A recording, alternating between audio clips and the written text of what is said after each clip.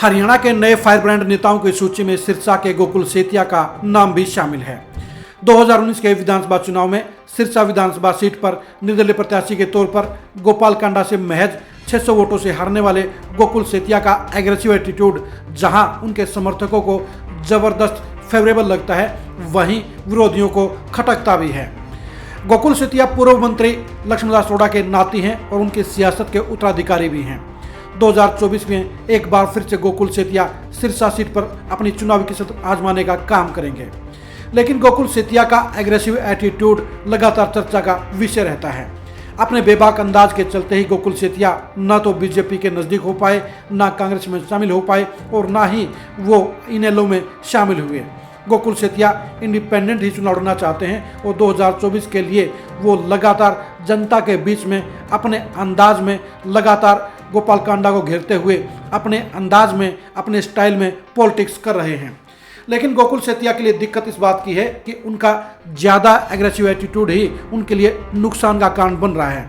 गोकुल सेतिया लगातार विवादों के घेरे में भी रहते हैं। कभी वो चुनाव से पहले मारपीट के लिस्ट में आते हैं, उनके खिलाफ एफआईआर होती है। कभी कर्मचारियों के खिलाफ बोलने पर, धमकाने पर उनके खिलाफ एफआईआर दर्ज होती है, तो कभी उनके खिलाफ अपने ही बिरादरी में रोष पनपता है। एक नया ताज़ा विवाद भी गोकुल सेतिया के साथ जुड़ गया है। गोकुल सेतिया के खिलाफ उन्हीं की पंजाबी बिरादरी के अरोड़ा बंदियों में नाराजगी है। गोकुल सेतिया ये बर्दाश्त नहीं करते हैं कि कोई उनकी खिलाफत करे, कोई उनकी मर्जी के खिलाफ काम करे। वो समझते हैं कि 2019 की तरह 2024 में भी पंजाबी बिरादरी गोपाल कांडा के खिलाफ उनका पूरा समर्थन करेगी, उनको भरपूर वोट देने का काम करेगी। वो अपनी बिरादरी पर हक समझते हैं, लेकिन इस हक की मुहिम में कहीं न कहीं वो सीमाएं लांघने का काम कर रहे हैं। अरोड़ा एकता परिवार सिरसा के सबसे बड़े सामाजिक संगठनों में शामिल है और उसके साथ अरोड़ा बिरादरी के लगभग 1900 परिवार जुड़े हुए हैं। ये परिवार पिछले 40 सालों से लगातार मांग करता है कि उनके लिए एक धर्मशाला का निर्माण किया जाए। लक्ष्मणदास रोड़ा एक प्रभावशाली मंत्री भी रहे, लेकिन तमाम प्रयासों के बावजूद वो अपनी बिरादरी के लिए धर्मशाला का इंतजाम नहीं कर पाए। लेकिन उनकी इस कसक को पूरा करने का काम कर दिया गोपाल कांडा ने। अब गोपाल कांडा का धन्यवाद करने के लिए अरोड़ा एकता परिवार के सदस्य उनके पास गए, लेकिन उनका वहां पर जाना गोकुल सेतिया को खटक गया है और उसके बाद वो लगातार अरोड़ा एकता परिवार से नाराज चल रहे हैं। जो ताज़ा विवाद हुआ है वो अरोड़ा वंश चौक को लेकर है। अरोड़ा एकता परिवार ने सिरसा के सभी चौकों की साफ सफाई का जिम्मा उठाया है। वो हर सप्ताह एक चौक की सफाई करते हैं और इस तरह से सारे चौकों की देखभाल करके उन्हें मेंटेन करने का काम कर रहे हैं। ये एक सराहनीय काम है और इसी क्रम में जब पिछले सप्ताह अरोड़ा एकता परिवार के स्वयंसेवक अरोड़ा वंश चौक पर पहुंचे तो वहां पर गोकुल सेतिया के साथ उनका विवाद हो गया। अरोड़ा वंश चौक असल में पूर्व मंत्री लक्ष्मणदास रोड़ा को ही समर्पित हैं और इसमें उनके दामाद राहुल सेतिया और नाती गोकुल सेतिया उसकी देखभाल कर रहे हैं।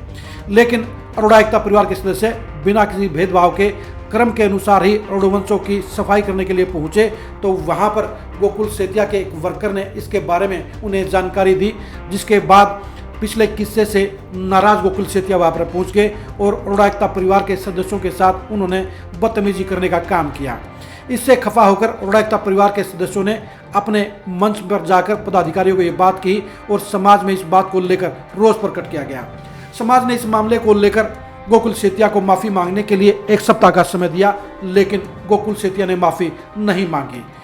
गोकुल सेतिया का ये व्यवहार अरोड़ा परिवारों को लखल रहा है और उनको इस बात की नाराज़गी है कि अपनी ही बिरादरी का बच्चा होने के बावजूद वो ऐसा व्यवहार कर रहे हैं जो किसी भी तरह से उचित नहीं है। गोकुल सेतिया अपने स्टैंड पर अड़े हुए हैं और उनको लगता है कि अरोड़ा एकता परिवार ने गोपाल कांडा के पास जाकर उनकी बेइज्जती की है, उनको वहाँ पर नहीं जाना चाहिए था। लेकिन इस मामले में अरोड़ा एकता परिवार की अपनी दलील भी वाजिब है। उनका कहना है कि जब गोपाल कांडा ने उनके समाज के लिए, उनकी संस्था के लिए धर्मशाला की ज़मीन दी है तो ऐसे में धर्मशाला की ज़मीन के लिए रजिस्ट्री होने पर गोपाल कांडा का धन्यवाद करना उनका फ़र्ज़ था और उन्होंने फ़र्ज़ निभाने का काम किया है। गोकुल सेतिया इस बात को नहीं समझ पाए कि उन्हें पॉलिटिशियन होने के नाते इस मामले में डिप्लोमेटिक रवैया अपनाना चाहिए था। उन्हें इस मामले में अपने समाज के खिलाफ काम नहीं करना चाहिए था। उन्हें अरोड़ा एकता परिवार के खिलाफ नहीं बोलना चाहिए था। चौक साफ करने गए पदाधिकारियों को नहीं धमकाना चाहिए था, बल्कि इस मामले में उन्हें वक्त का इंतजार करना चाहिए था। उन्हें सोचना चाहिए था कि बिरादरी उनके साथ खड़ी है और 2024 के चुनाव में जीत हासिल करने के लिए सबसे पहले उन्हें अपनी बिरादरी की ही जरूरत पड़ेगी और बिना बिरादरी के वो चुनाव नहीं जीत पाएंगे। बेशक गोकुल सेतिया को इनेलो का समर्थन भी हासिल है, लेकिन ये हकीकत है कि जब तक पंजाबी बिरादरी एकजुट होकर गोकुल सेतिया के साथ नहीं खड़ी होगी, तब तक वो 2024 का विधानसभा चुनाव नहीं जीत पाएंगे। गोपाल कांडा जैसे खिलाड़ी के सामने चुनाव जीतने के लिए या तो कांग्रेस के कैंडिडेट हों तब उनको बल मिलता है, या फिर पूरा पंजाबी समाज उनके साथ में सिर धड़ की बाजी लगाए तभी वो जीत के करीब पहुँचते हैं। लेकिन गोकुल सेतिया ने अपने ही पंजाबी समाज के बीच में विरोध के बीज बो दिए हैं और उनके साथ उन्होंने कहा सुनी करके अपने लिए ही नुकसान के हालात पैदा कर दिए हैं। बेशक इस समय राहुल सेतिया इस झगड़े को, इस विवाद को निपटाने का प्रयास कर रहे हैं, लेकिन समाज ने साफ तौर पर कह दिया है कि एक सप्ताह बीत जाने के बाद भी अभी तक गोकुल सेतिया ने माफ़ी नहीं मांगी है और अगर वो माफ़ी नहीं मांगते हैं फिर समाज उनको माफ़ नहीं करेगा। गोकुल सेतिया के लिए बेहतरी तो इसी बात की है कि इस मामले को रफा दफा करते हुए अपनी गलती को मानते हुए वो समाज से माफ़ी मांग लें। लेकिन गोकुल सेतिया का अंदाज बताता है कि वो जिस बात पर अड़ जाते हैं उसके बाद फिर उस स्टैंड से नहीं हटते हैं। लेकिन पॉलिटिकल व्यक्ति के लिए ऐसी स्टैंड की पॉलिटिक्स बिल्कुल भी वाजिब नहीं है, क्योंकि इससे उनका फ़ायदा होने की बजाय नुकसान ही होता है। गोपाल कांडा के खिलाफ चाहे कितना भी एग्रेसिव एटीट्यूड रख लें वो चल जाता है, अधिकारियों के खिलाफ कितना भी कड़वा बोल लें वो चल जाता है, लेकिन समाज के नेक कार्यों के बीच में अड़चन डालकर उन्हें भला बुरा कहना बिल्कुल भी कोई भी समाज बर्दाश्त नहीं करता है। और ऐसे में राहुल सेतिया की उम्मीदों पर पानी फिर जाएगा, क्योंकि गोकुल सेतिया का अड़ियल रुख कहीं न कहीं सियासी तौर पर नुकसान पहुंचाने का काम करेगा, अगले चुनाव में समाज को उनके खिलाफ वोट देने के लिए आधार देने का काम करेगा। इसलिए गोकुल सेतिया को इस मामले में समझदारी दिखाते हुए समाज से माफ़ी मांगने का काम करना चाहिए, लेकिन उनका मिजाज बता रहा है कि वो अपने रूल से, अपने सिस्टम से नहीं हटेंगे और वो समाज से माफ़ी नहीं मांगेंगे। और ऐसा करना उन्हें महंगा पड़ेगा, क्योंकि 2024 के चुनाव में भी उनके सामने जहां गोपाल कांडा मजबूती से खड़े होंगे, वहीं कांग्रेस का भी कोई मजबूत प्रत्याशी सामने ताल ठोकेगा। ऐसे में गोकुल सेतिया के लिए चुनाव जीतना आसान नहीं होगा। 2019 में बेशक वो 600 वोट से चुनाव हार गए थे, लेकिन ये ज़रूरी नहीं है कि 2024 में जनता का उन्हें उसी तरह का जन समर्थन हासिल हो। इस समय हरियाणा में कांग्रेस का पक्का माहौल है और ऐसे में अगली सरकार में हिस्सेदारी लेने के लिए पंजाबी बिरादरी कांग्रेस के प्रत्याशी के साथ भी जा सकती है। अगर कांग्रेस ने किसी अच्छे पंजाबी परिवार को टिकट देने का काम कर दिया तो गोकुल सेतिया से नाराज पंजाबी समुदाय उसके साथ भी जा सकता है, जिसके चलते गोकुल सेतिया विधायक बनना तो दूर तीसरे नंबर पर भी पिछड़ सकते हैं।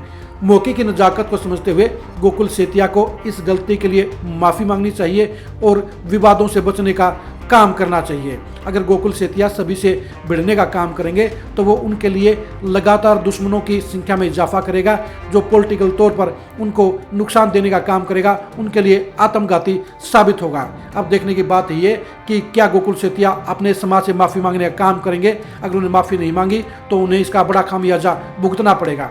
सिरसा की सियासत में गोकुल सेतिया की पॉलिटिक्स को जानने के लिए आप लगातार खरीक न्यूज़ के साथ बने रहिए। 2024 में गोकुल सेतिया के भविष्य को जानने के लिए भी आप लगातार खरीक न्यूज़ के साथ बने रहिए।